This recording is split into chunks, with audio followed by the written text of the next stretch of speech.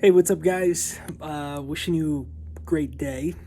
I was just making this video, sitting watching the last of the sunlight. It's a really beautiful day today, or an evening, and got word earlier, as many of you may now know, that one of my good friends and my mentor, Bob Proctor, passed away yesterday.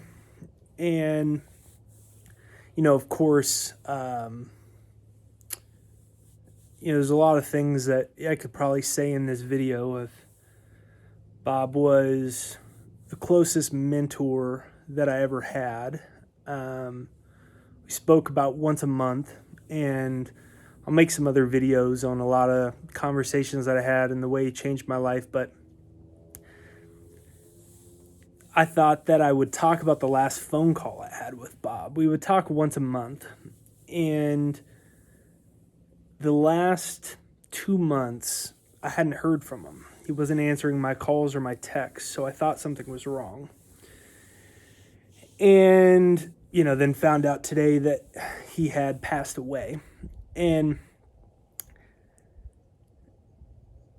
the last time I talked to Bob, about 3 months ago on our regular calls, I asked him about death.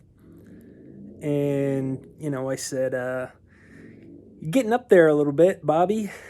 What do you think about death? And he said, boy, I tell you, I'm excited. He said, I can't wait. I said, you can't wait? He said, yeah, I'm really excited, and I really can't wait to see what comes next.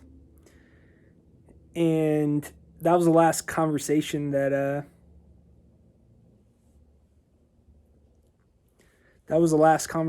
had with him. And it's a pretty funny last conversation to have with someone, especially someone like Bob.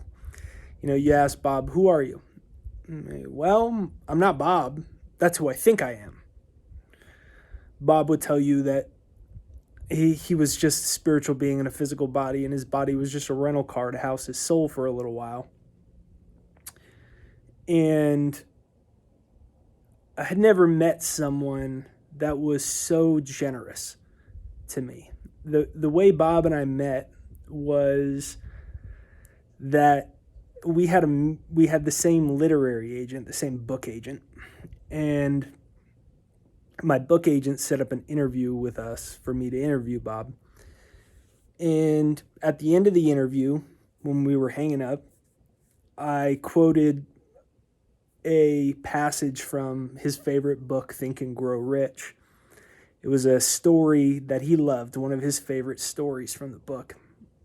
And Bob would tell this story about how when Andrew Carnegie, at the time the richest man in the world, essentially commissioned Napoleon Hill to write and do the research to put together what became known as Think and Grow Rich, the most legendary personal development book ever. Andrew Carnegie had Napoleon Hill stand in the mirror every day and say, Andrew Carnegie, I will not only equal your achievements in life, but I will catch you at the post and I will pass you at the grandstand. And Bob always loved that. And so the first time I met him, at the end of the call, I said, Bob Proctor, I will not only equal your achievements in life, but I will catch you at the post and I will pass you at the grandstand. And Bob just started laughing. And he said, why don't you take my cell phone number and call me later? And so I got his cell phone number. And I was about 21 then, so it was about 9 years ago. And on our first phone call, I told him how old I was. And he said, why don't you cut that crap out?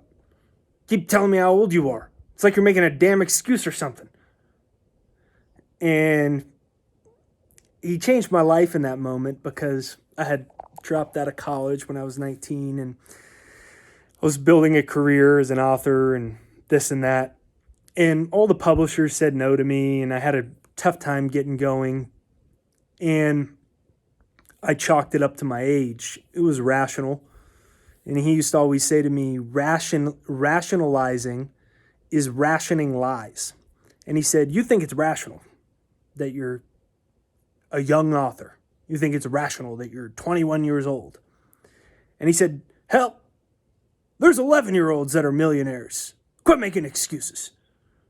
And so he told me to never say how old I was again in the context of describing myself and what I did with my career. And he had me pull out a pen and pad and write on a piece of paper that I'm a world successful author and speaker, inspiring millions of people and making millions of dollars. And at the time, I was making a little under $2,000 a month. And he said that I should try to turn my annual income into my monthly income. And I did the math. I said, well, $24,000 a month. What are you smoking, old man? And that was when I first started using hypnosis. If you watch this channel, I always talk about my success hypnosis. I actually made that hypnosis after learning from Bob Proctor. If you want to check it out, the link's in the comments and pinned to the comments and in the description right there down below. But I actually made that after I started being mentored by Bob. And in the early stages, I would listen to it so much that I would play it in the shower. I got a pillow speaker. He told me to buy a pillow speaker. And I slipped it into my pillow and I would listen to it every night while I slept. And I started doing a lot of strange things after I met Bob. He said to me, do exactly what I tell you until you find out that I don't know what I'm talking about or I'm wrong. And I do know what I'm talking about and I'm not wrong. That's what he used to always say to me. And so I started doing all the things that he told me to do. My first goal was to turn my annual income into my monthly income. So I wrote on an index card that I'm so happy and grateful now that money comes to me in increasing quantities through many sources on a continuous basis as I earn $20,000 a month. And I carried this freaking thing with me everywhere I went. I carried it with me in the gym. I carried it with me on my walks. I carried it with me in the grocery store. I did not ever put this thing down. And slowly but surely, my life started changing. And, years flashed by and all of a sudden I was a millionaire. And then all of a sudden things just kept changing and changing in these really meaningful ways. And I can't think of anyone that I've ever met that influenced my life more than Bob. And one of the things that I love about Bob is how generous of a person he was.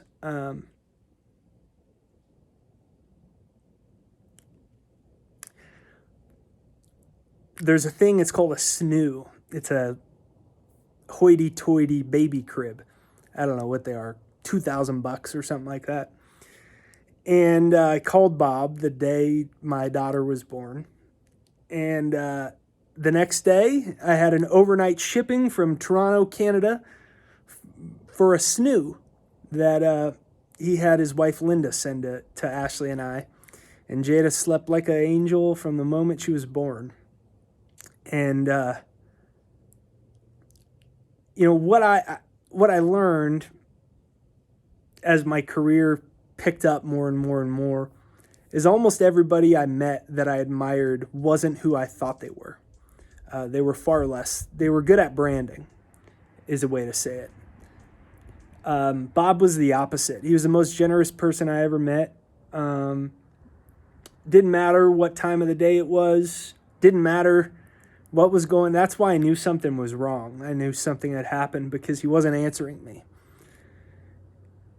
I'd call, or I'd send him a text. Hey, Bob, can you help me? Call me. Get a call right away. It didn't matter what time of the day it was. Didn't matter what was going on. He always called me. And I never paid him $1.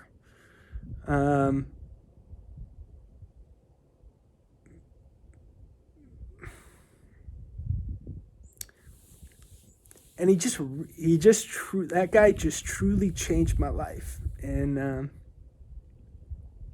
in so many ways that I can't really illustrate in this video. And so I was just making this video to acknowledge what Bob meant to me. And